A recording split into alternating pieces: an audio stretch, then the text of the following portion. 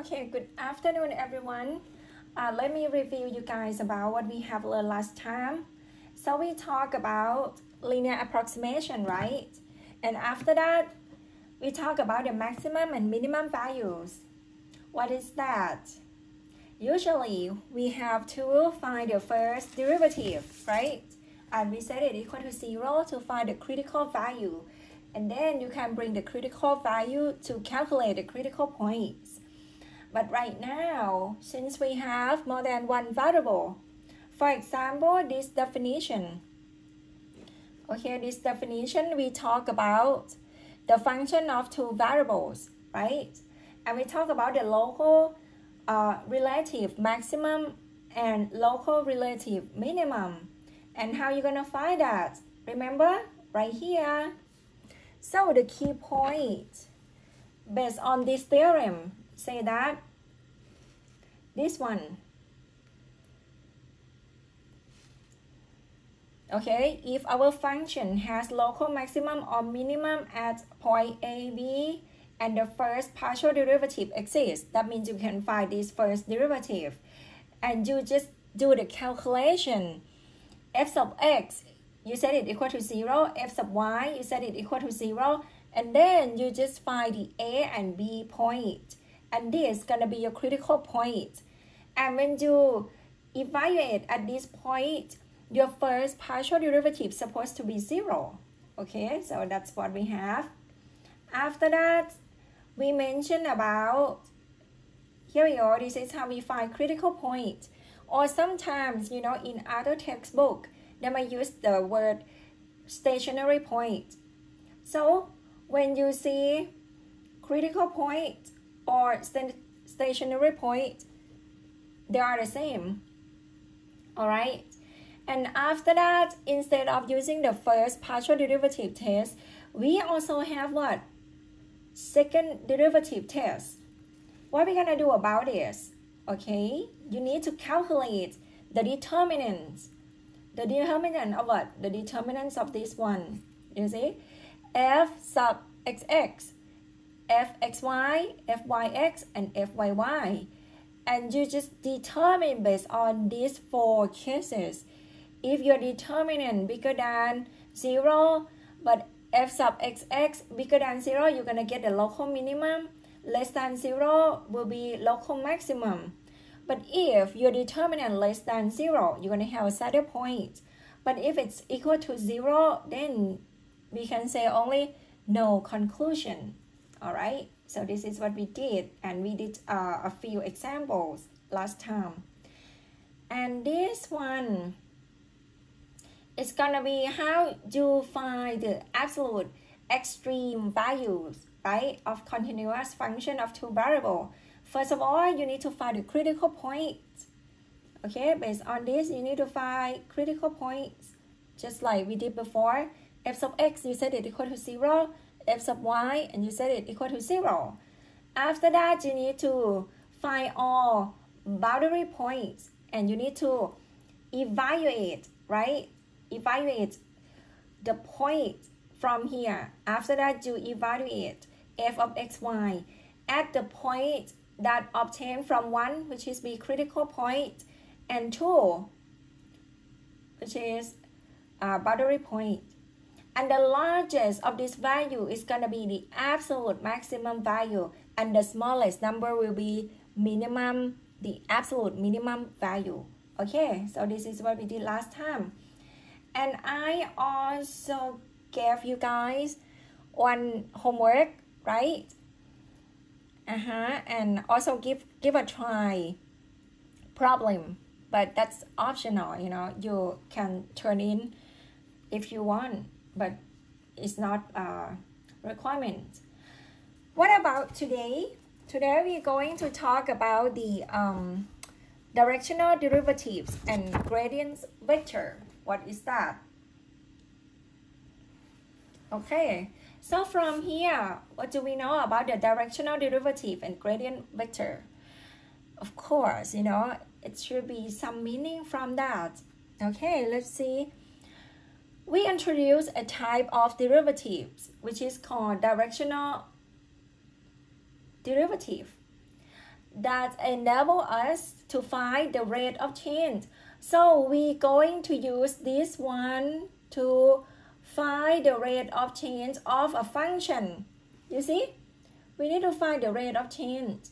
Usually, if you have a function of one variable, of course, you just find the first derivative, right? And then you know the slope, you know the rate of change. But now we have two variables. How are we going to find the rate of change of the function of two variables? And they mentioned that we have to use directional derivative. Okay. So let's see the detail. If you have function z, okay, z is a function of f, x, and y.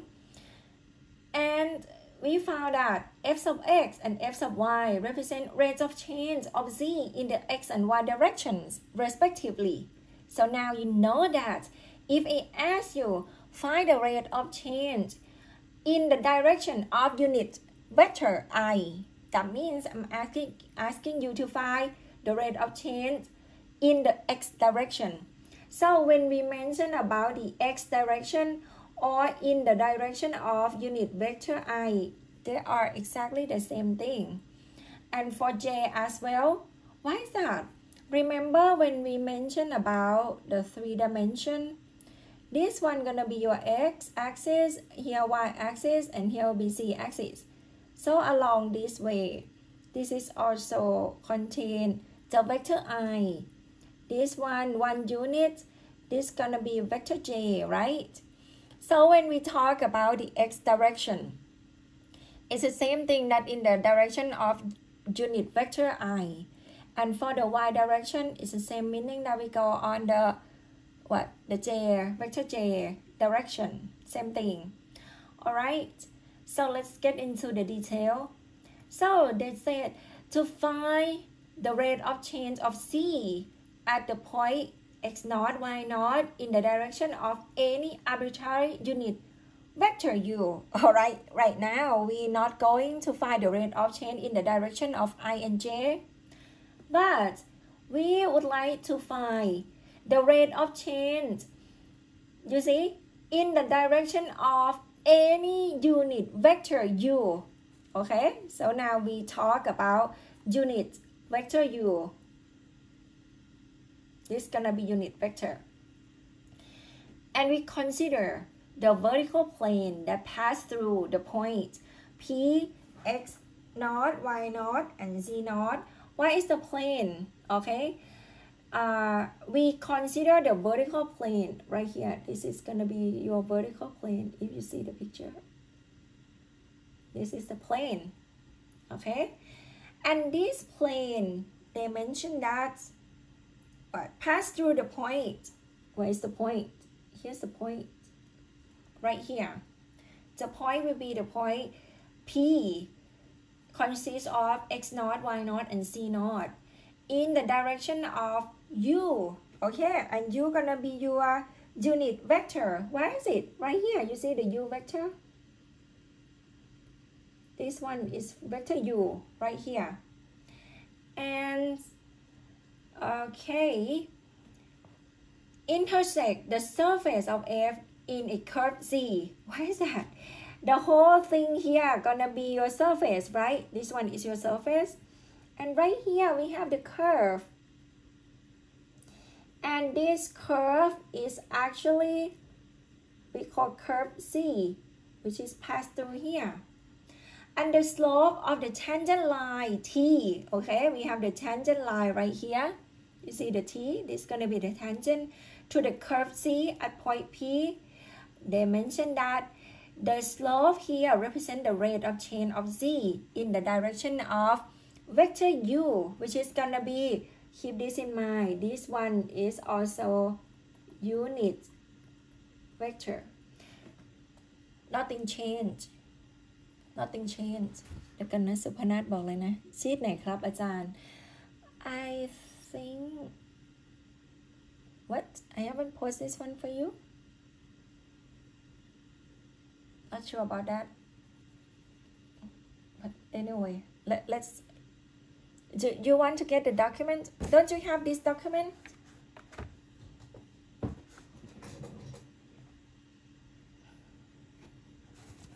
let me find one for you and see if you have it.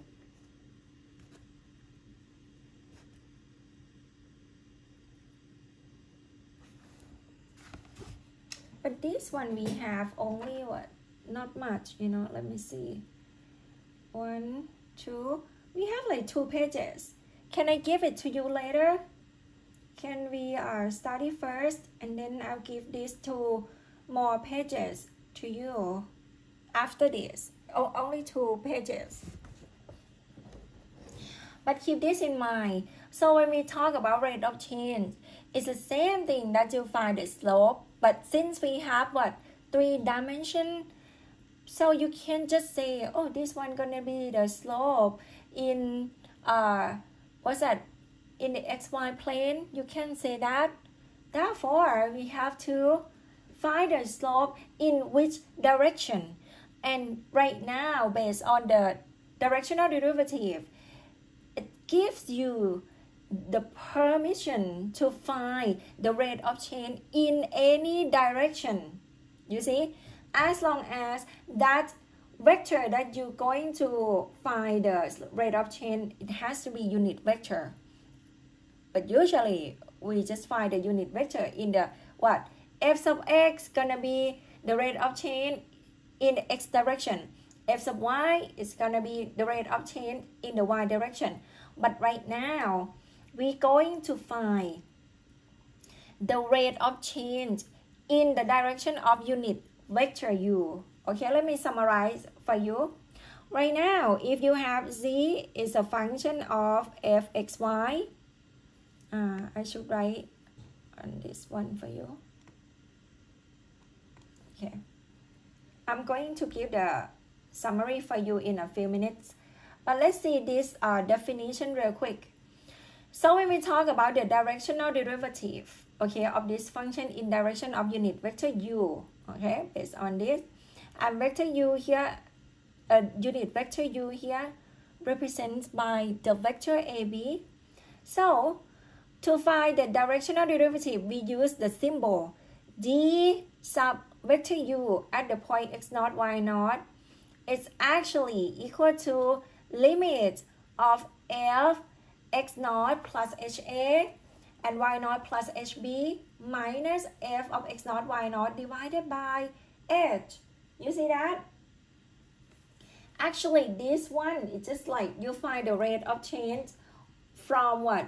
The point x0, y0 to the point x0 plus ha and y0 plus hb, where h goes to 0.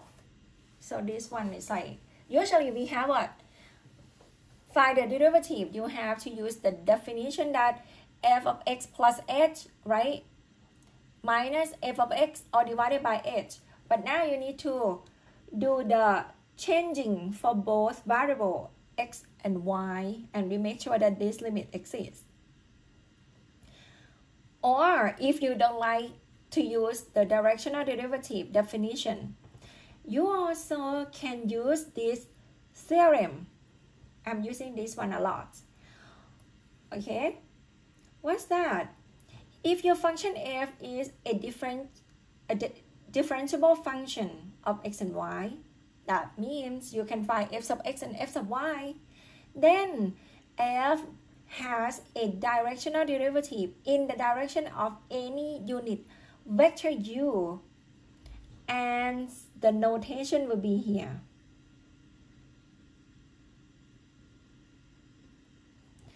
So d sub u of fxy is equal to f sub x times a.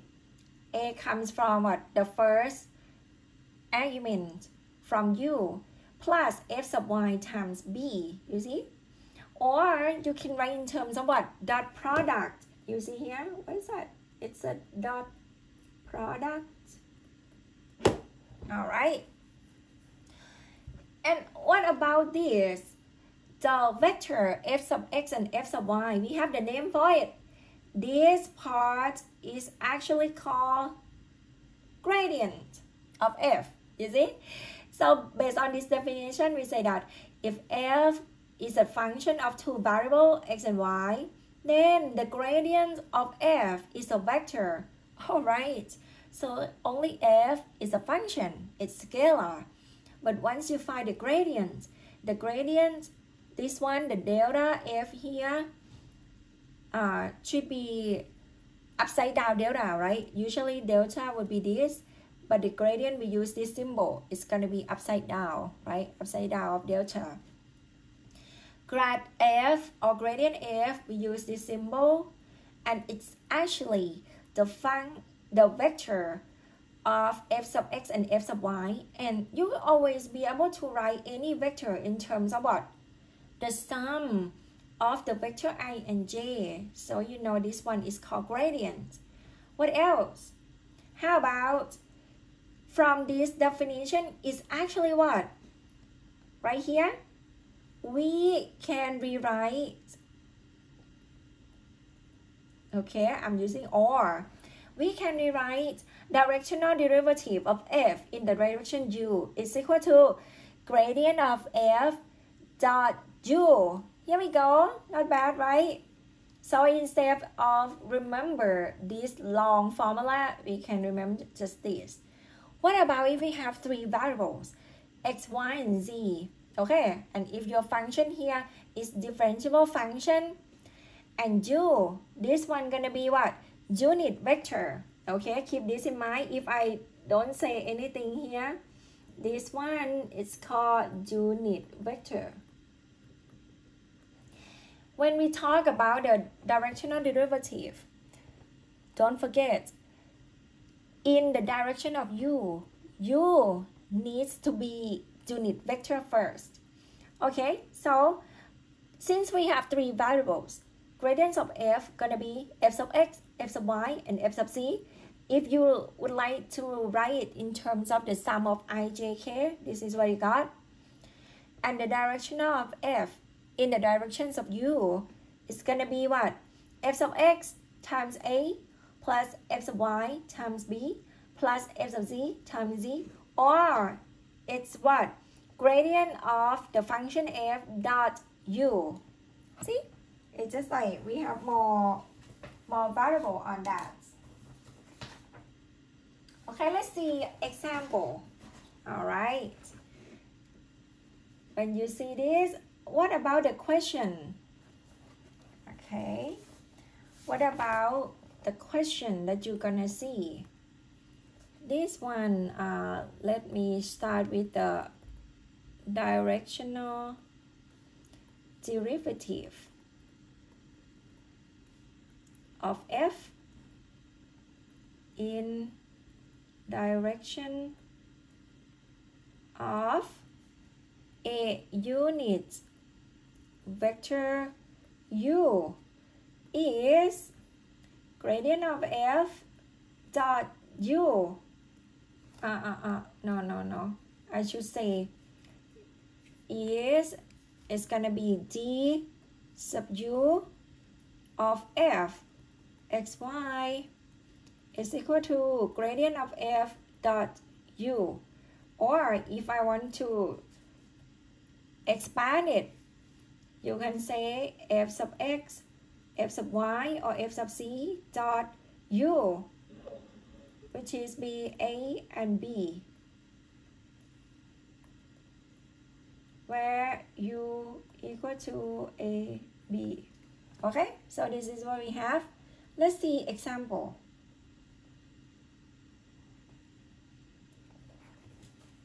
All right, example.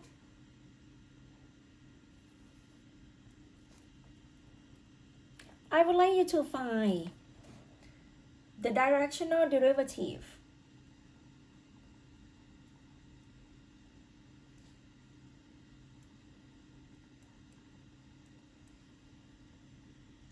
okay, use this symbol d sub u of f x y. All right, we have only two variables.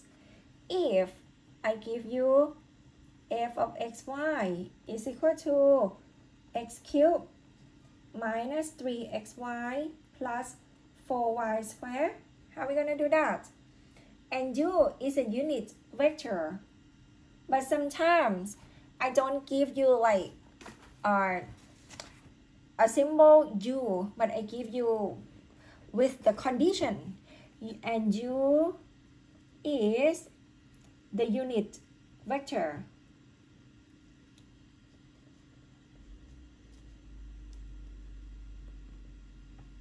Given by angle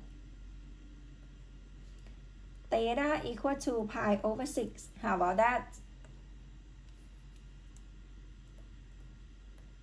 Okay, given by angle theta equal to pi over 6, and I want you to find d sub u of f at 1, 2 equal to what? Okay, this is gonna be your question. How are we gonna find it?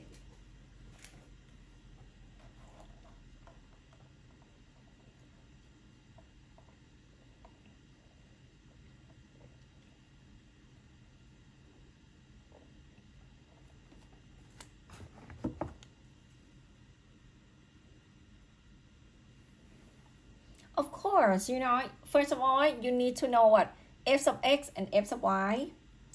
What else? We have to know a unit vector. How are we going to find the unit vector? Remember? So let's talk about in what? Unit circle, right? So actually, u solution. We need unit vector u from unit circle. So we know u is equal to what? Cosine pi 6 and sine pi 6, right? This one gonna be the coordinate of your unit circle. Why is it pi 6 is what? 30 degrees. So right here.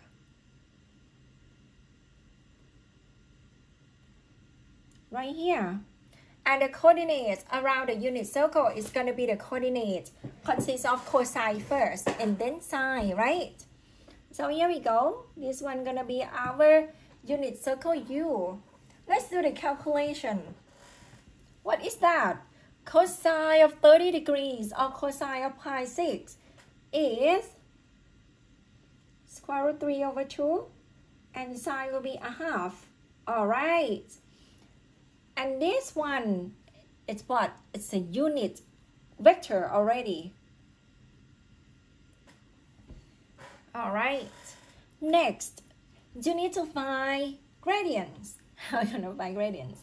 So, when you find gradients, we actually find this one directly. So, it's therefore, d sub u of the function f x y first, it's equal to gradients of f dot u, which is gonna be f sub x, f sub y dot u. All right, and I'm going to split this out. Find f sub x first. What's that? The f sub x, where is a function here. So when you do the derivative with respect to x, you're gonna have 3x squared. Okay, the second one here we have another minus 3y. All right, and the last one will be 0. And f sub y, this term the first term gonna be 0. The second term right here you're gonna have minus 3x, and the last term plus 8y dot with square root 3 over 2 and 1/2. Okay, simple calculation. What do we have? So when you have this, we actually simplify is equal to what? 3x squared minus 3y times square root 3 over 2, do the dot product, plus minus 3x plus 8y times a half, right?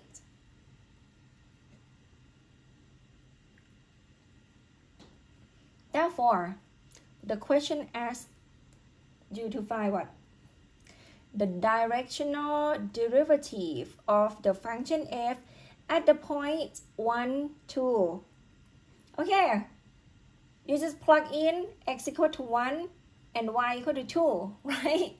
You just plug in this, okay? I'll leave you do the calculation.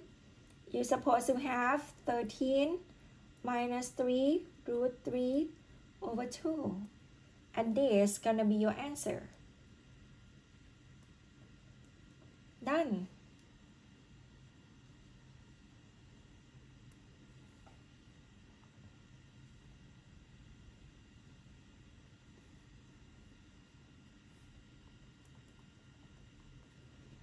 Okay, let's do the second example. If I give you f of xy equal to sine x plus e to the xy. Alright, I would like you to find gradient of f and calculate the gradient of f at 0, 1.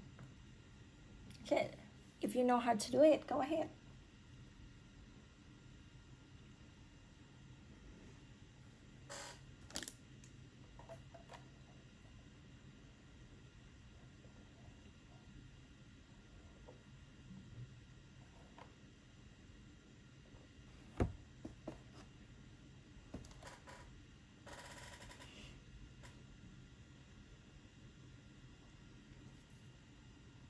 Let me see how many students we have now.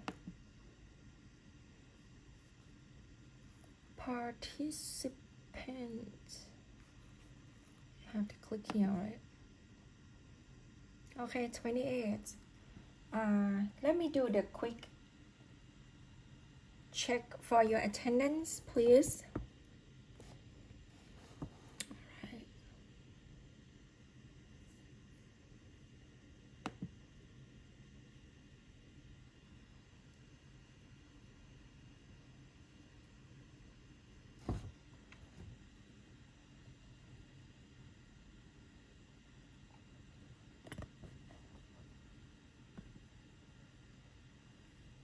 If you know how to do the example, go ahead, you don't have to wait for me.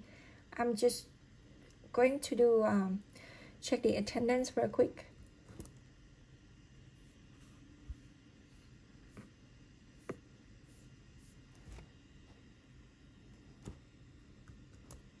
All right, thank you.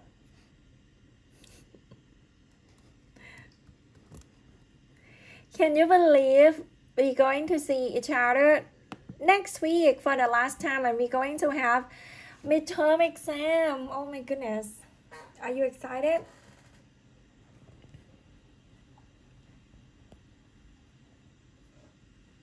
And the second half of this semester, you're going to have on-site class.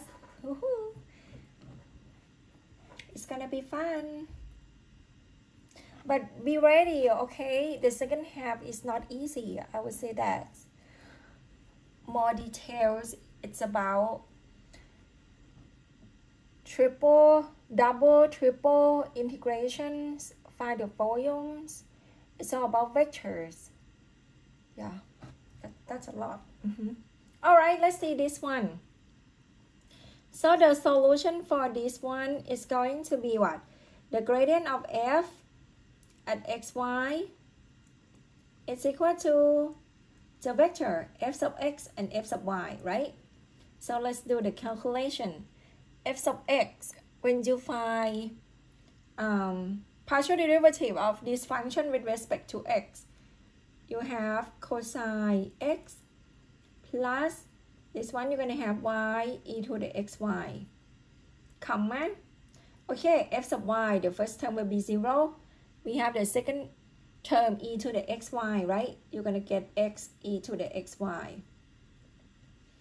Therefore, the gradient of this function f at the point 0, 1, you plug in x equal to 0, you get cosine 0 plus 1 times e to the 0.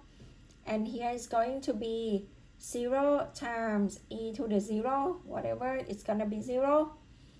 So we have 1 plus 1, which is 2, and 0. Done.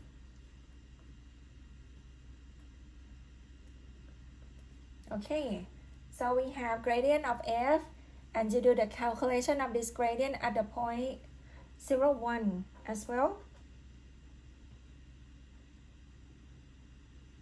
Okay, let's give a try one more.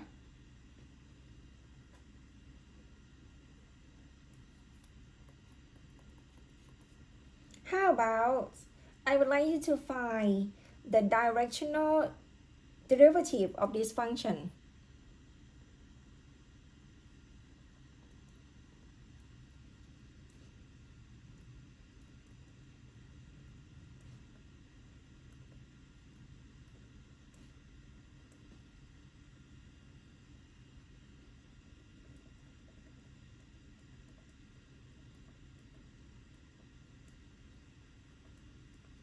Okay, the function is so simple. It's x squared y cubed minus 4y. At the point, okay, at the point 2 and minus 1. In the direction of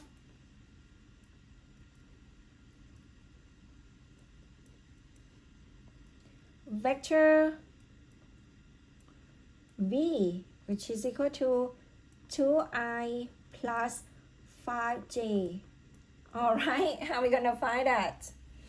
I want you to find the directional derivative of function f(x,y) is equal to x squared y cubed minus 4y at the point 2 and negative 1 in the direction of vector v equal to 2i plus 5j. First of all, you need to find gradients of f.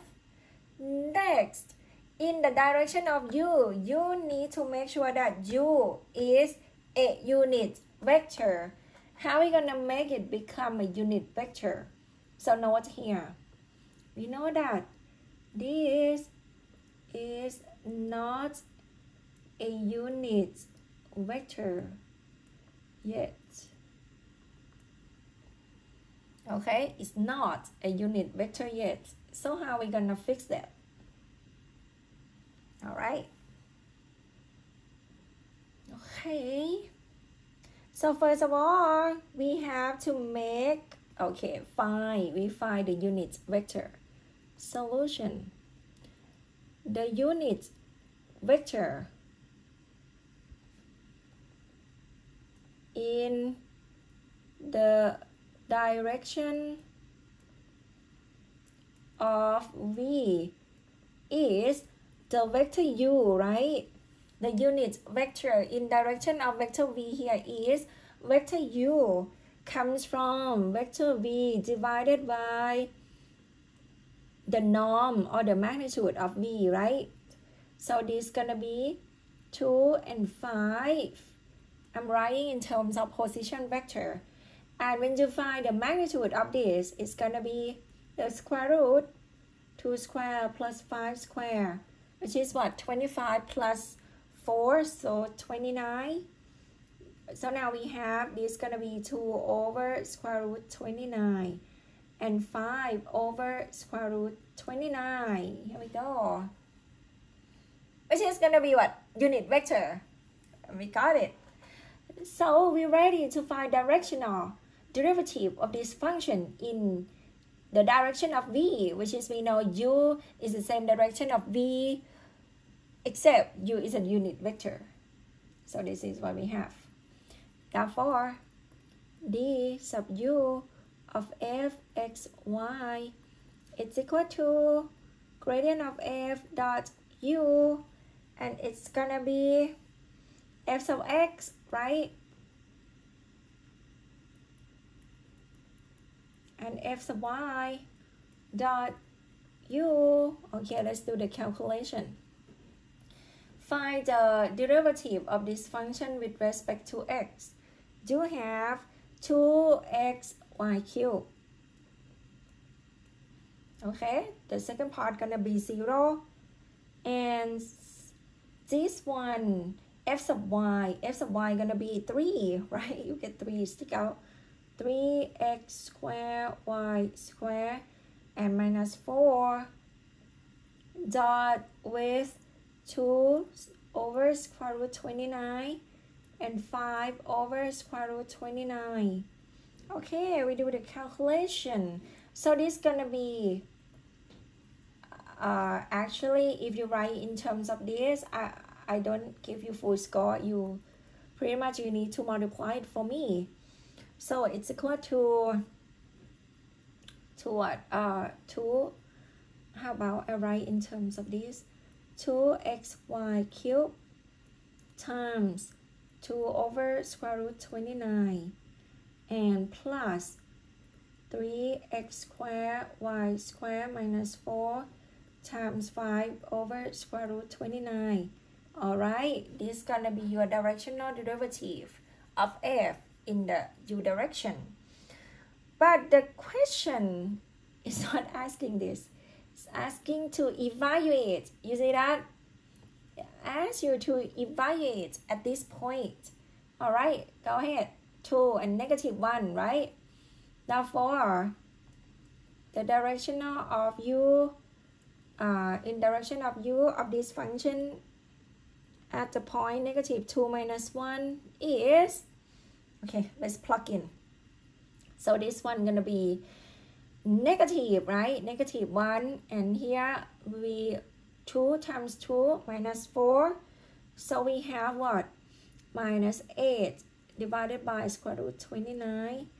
And here you plug in 2 squared under 4 and 1, 4 times 3, 12. 12 minus what? 4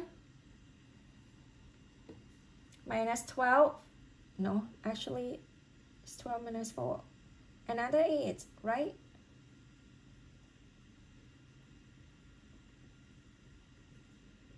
And do times 5. 8 times 5 is 40. Okay, so we get 32 divided by this. So this is gonna be your answer.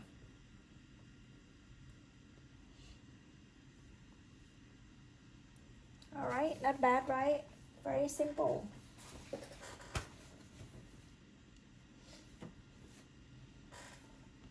Okay. Aren't you done?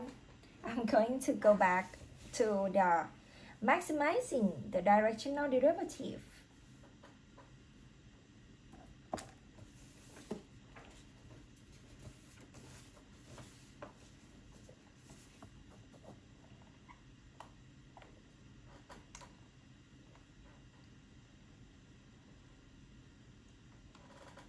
Next week we should be done with all the materials here, all the topics that we need to cover for the first half of this semester. And I'm going to tell you guys next time, like how many questions will be in the test and how many points, you know, will be counting for the first half of this semester. So you better prepare for the midterm exam and get a good score. Be ready for the second half, which is going to be really hard. No kidding. Yeah.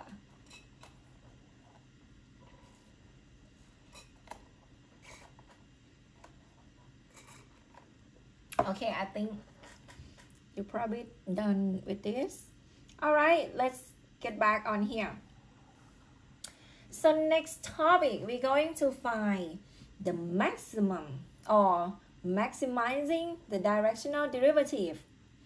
Okay, how are we gonna find that? Okay, let's read here just a little bit. They said if we consider the rate of change of f in all possible direction, you know, we don't have just x direction, y direction, or u direction. We just consider all possible direction. Then we can ask that in which of these directions does f change fastest, and what is the maximum rate of change? Oh my goodness. Okay, so we know which direction that f will changes fastest and what is the maximum rate of change. All right, so let's see the very important theorem. Suppose f is a differentiable function of 2 or 3 variables. The maximum value of the directional derivative gonna be what? The maximum value of directional derivative is here. You just need to find the magnitude of the gradients. You see that? Find the magnitude of the gradients of f, and it occurs when u has the same direction as the gradient vectors. Alright, so based on this, okay, let's see, what does it mean when u has the same direction as the gradients of f? Remember? Alright, so let's talk about the detail here, so keep this in mind. When I ask you find the maximum directional derivative, this is what you're going to find, the absolute of the gradients. Okay, let's see more detail here. Oops.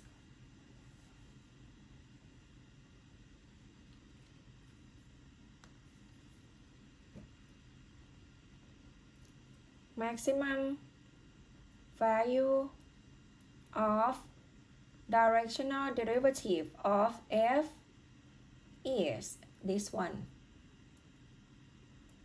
Okay, so this is what we know. But note here, this one means that before you can find this, they mention something about the maximum value. Okay, the max value of directional derivative of f in the direction of u occur when the unit vector u has I'm gonna write everything for you. When unit vector u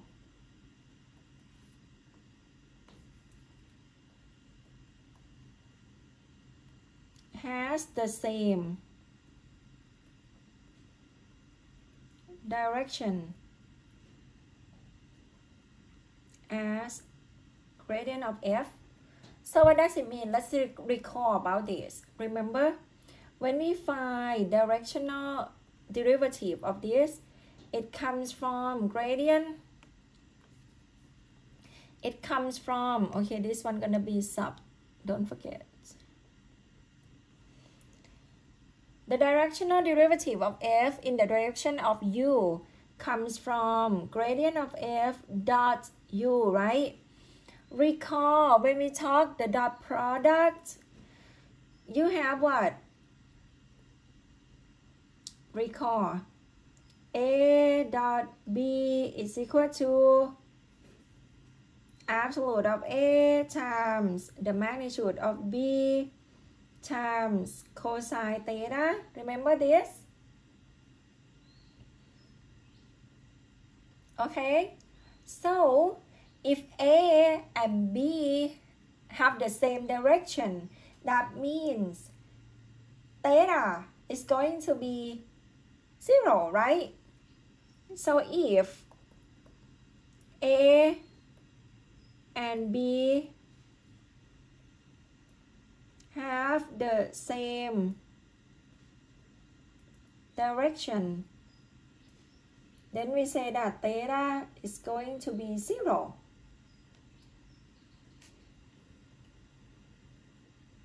When theta equal to 0, that means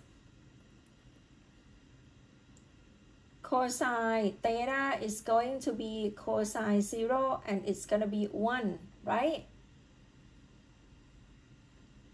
Okay, so how are we going to do this? Based on what we have. So when you have gradient of f dot u, it's the same thing that you have the magnitude of gradient f times, how come it turn out to be so messy like this. Okay, times the norm of u and cosine 0. So cosine 0 is gonna be 1, right? And don't forget, so right now we know this term gonna be 1 and this term gonna be 1 as well. Why is that? Because u is a unit vector, right?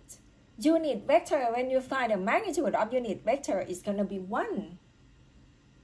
That's why finally we just have this. The directional derivative, has the maximum value at magnitude of gradient f. All right, this is how you derive, the formula.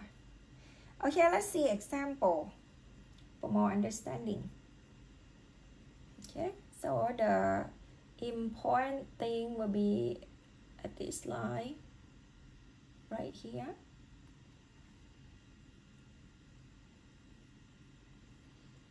And don't forget, the magnitude of u gonna be 1 because u is the unit vector. Okay, let's see example.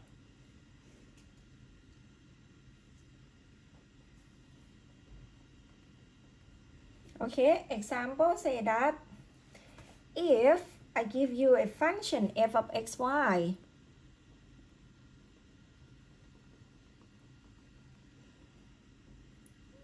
how I'm gonna fix this?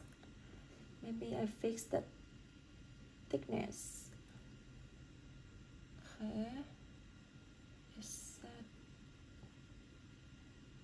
I just don't like it. It's kind of messy, like don't even touch the screen and it's keep writing it for me.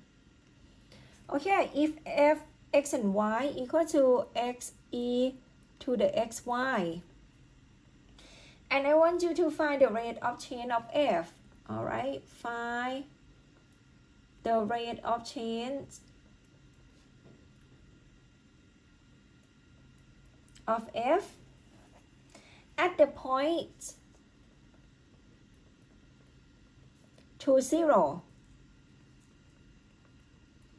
Okay, point P to 0 in the direction from P to Q.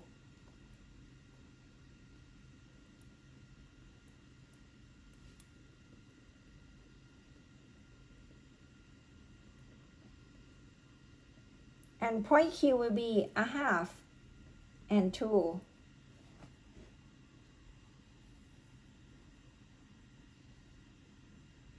Can I fix something with this? Don't like that.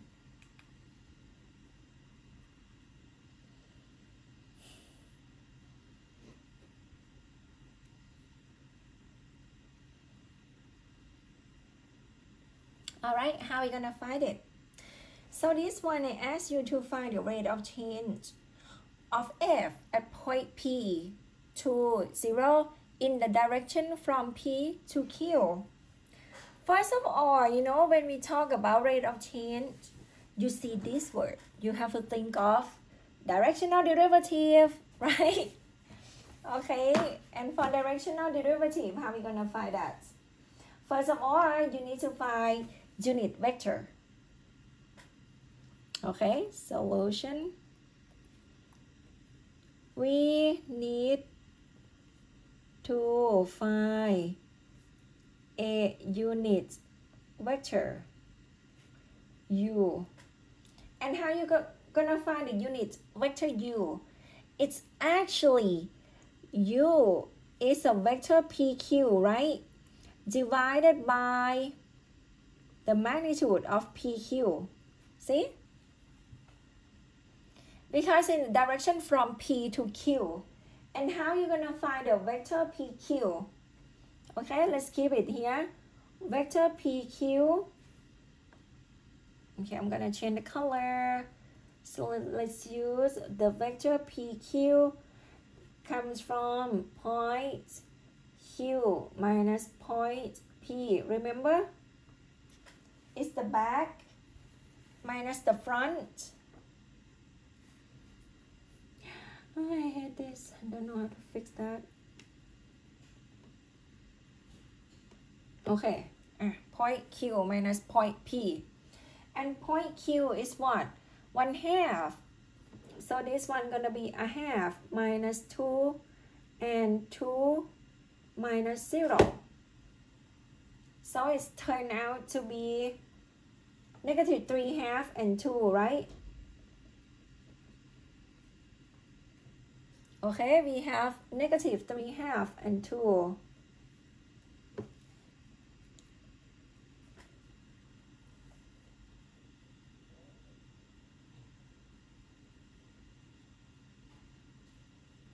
Okay, what else?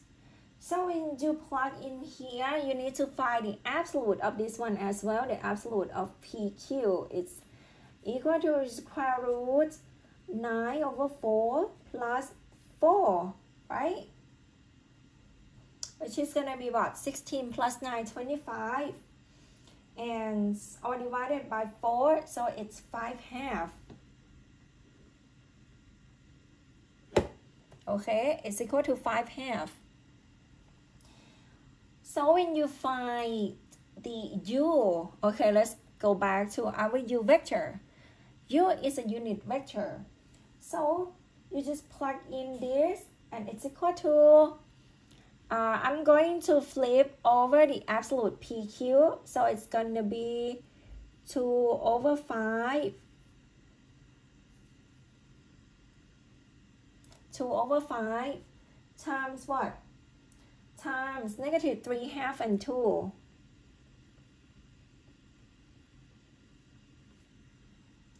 Okay, and this one equal to what? Okay, let's simplify it.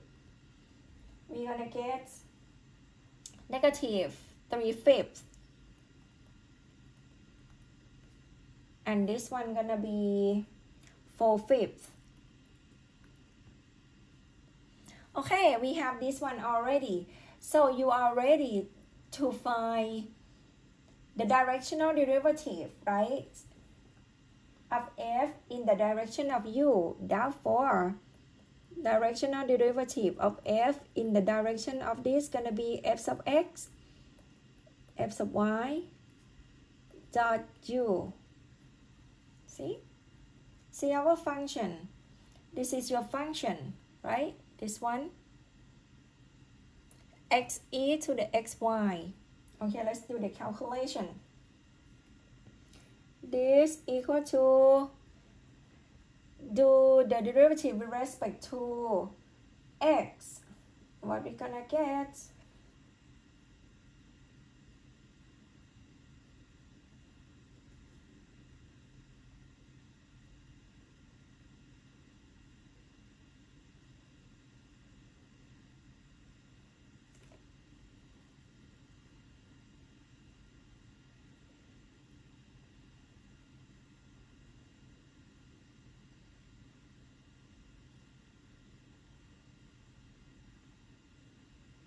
Okay, so you do the calculation here. Can you do it?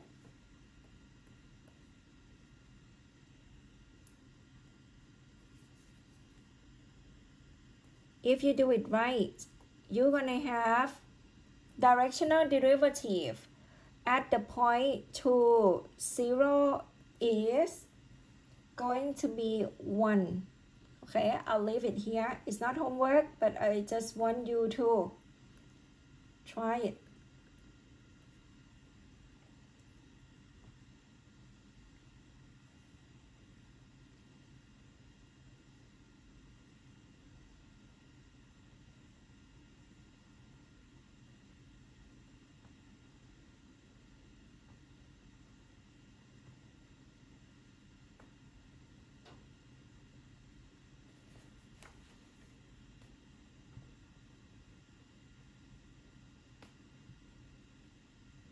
You want to spend time just a little bit to try it by yourself. F sub x. Oh, sorry, this one is e to the y. Sorry about that. The question, it's x times e power y. That's it. Yeah. So when you do this, you're gonna get e to the y. And this one gonna be x e to the y, right? And you do the dot product here with negative 3/5 and 4/5. Yeah. And when you plug in this value, you're supposed to get 1.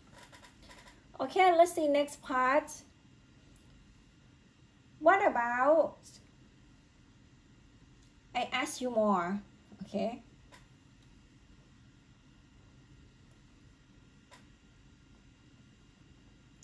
Next, how about I ask you, in what direction does f have the maximum rate of change?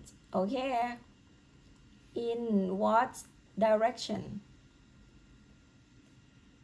In what direction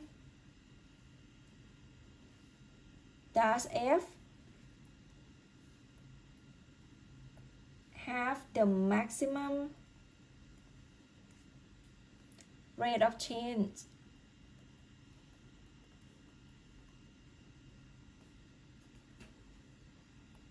And what is it? What is the maximum rate of change? Or I just ask you, what is the maximum rate of change? Okay, just next question. In what direction does f have the maximum rate of change? What is the maximum rate of change? Can you find it?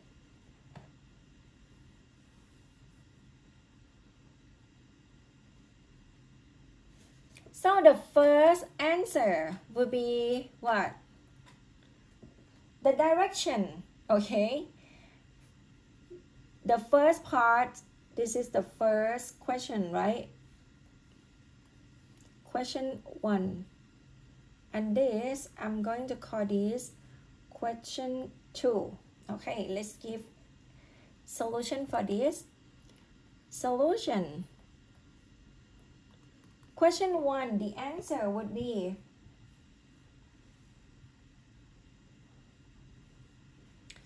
the maximum rate of change will be in the direction of what?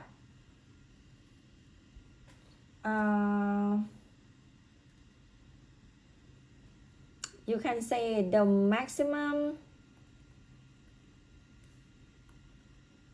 rate of change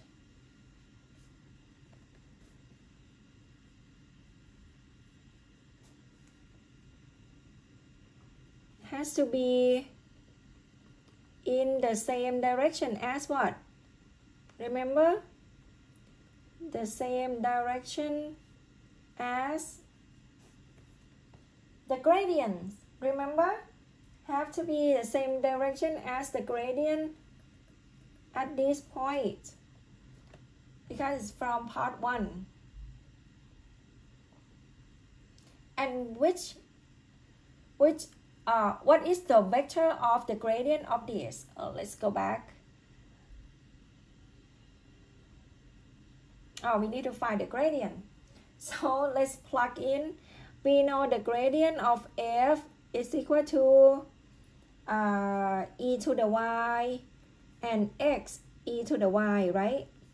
Therefore, gradient of f at 2, 0, it's gonna be 1 and 2, right? Just plug in the number. So it has to be in this direction. So this is the first part. And for question 2, the maximum is going to be, because I asked you the maximum rate of change, right? The maximum rate of change is what? is the magnitude of the gradient of this at this point, which is square root 1 square plus 2 square is equal to square root 5. That's it. We're done.